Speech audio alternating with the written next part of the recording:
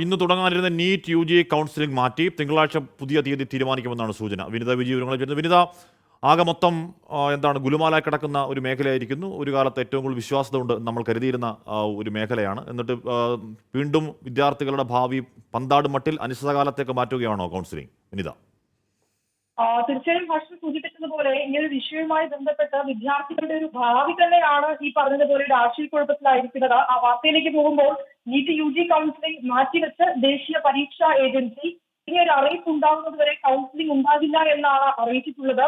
ഇന്ന് നടക്കാനിരുന്ന കൗൺസിലിംഗ് ആണ് NTA മാറ്റിവെച്ചത്. കൗൺസിലിംഗിന്റെ പുതിയ തീയതി അത് പിന്നീട് അറിയിക്കുമെന്നും NTA അറിയിച്ചിട്ടുണ്ട്.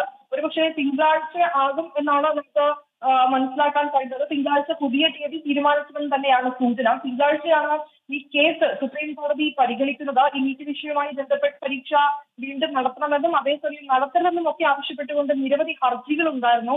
ഈ ഹർജികളെല്ലാം തിങ്കളാഴ്ച സുപ്രീം കോടതി പരിഗണിക്കും. അതിനുശേഷം NTA ഇതുമായി ബന്ധപ്പെട്ട് ഒരു തീയതി പ്രഖ്യാപിക്കുമെന്നാണ് ഇപ്പോൾ നിലവിൽ നമുക്ക് ലഭ്യമായിരിക്കുന്ന പ്രാഥമിക വിവരം.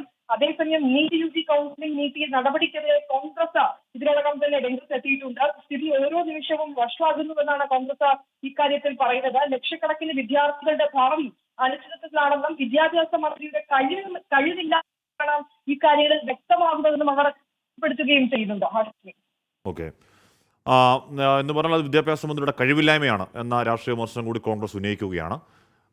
എന്ന് പറഞ്ഞാൽ ലക്ഷക്കണക്കിന് വിദ്യാർത്ഥികളുടെ ഭാവി അനിശ്ചിതത്തിലാവുന്നു എന്ന് കോൺഗ്രസ് പറയുന്നതിലെ രാഷ്ട്രീയം മാത്രമല്ല, അതിൽ വസ്തുതകളുണ്ട്. അത് അടിയന്തരമായി പരിഹരിക്കപ്പെടട്ടെ എന്നാഗ്രഹിക്കുകയുമാണ്.